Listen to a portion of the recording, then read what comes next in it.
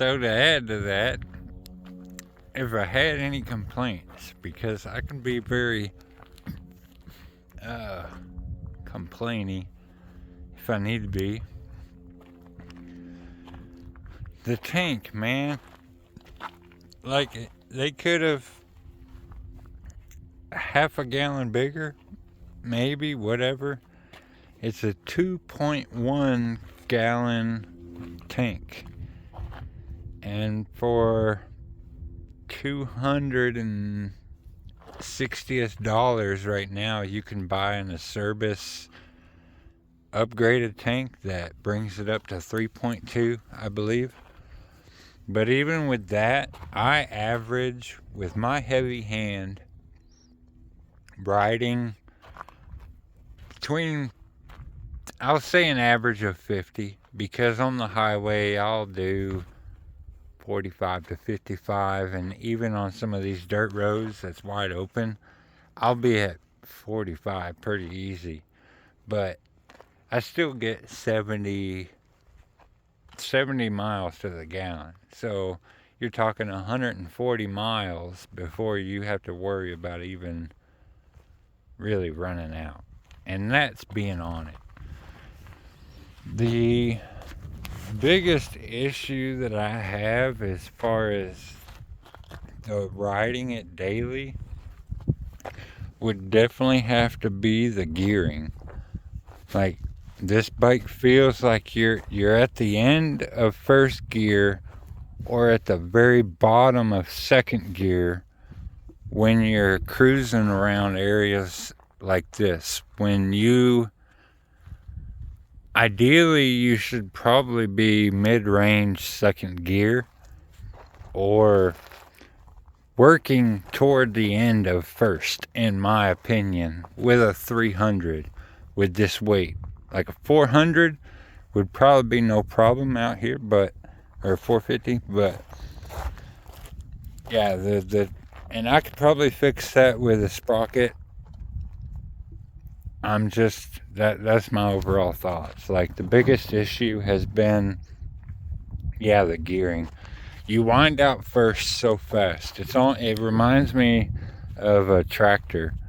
Like, you almost don't need it, but the more you don't use it, you might put more wear on it. So you try to get through it real quick. Unless you're just creeping. But yeah, first gear most of the time, I'm in it like 1.5 seconds. And then it's into second gear. To me, it's like a waste. But I don't want to strain the case by always just going right to second gear, which you really can. If you're rolling just a little bit, you could start out in second gear. But anyhow, overall, if you're looking for something that is reliable and you're like me and you live in a place that is pretty much known to not get much rainfall and the weather is tolerable, I don't see why more people don't do this.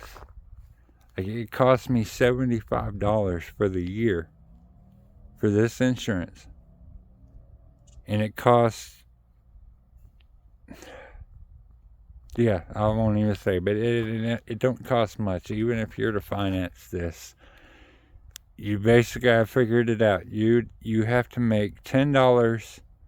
It costs you $10 a day to have this vehicle for 4 years.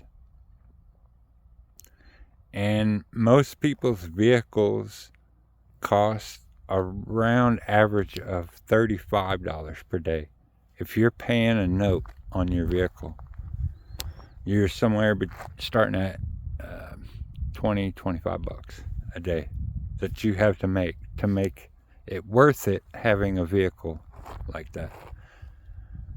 This, it's nice, and I enjoy being able to have the potential to go out and explore and having something reliable enough that's going to take me to work and back.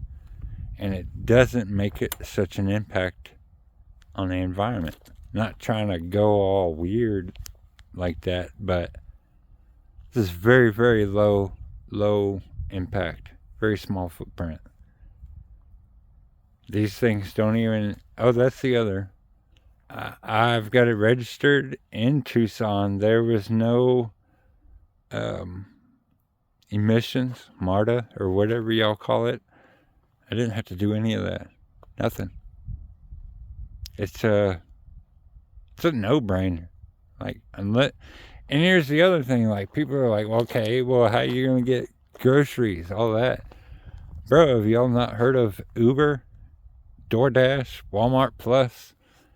Every place. I live way the F out here, and I can still get my groceries delivered. Everything I need, I can still get delivered. Now, granted, if you live in a place you can't, then you're going to make those arrangements, but anywho. Yeah, boy. Check out that weather.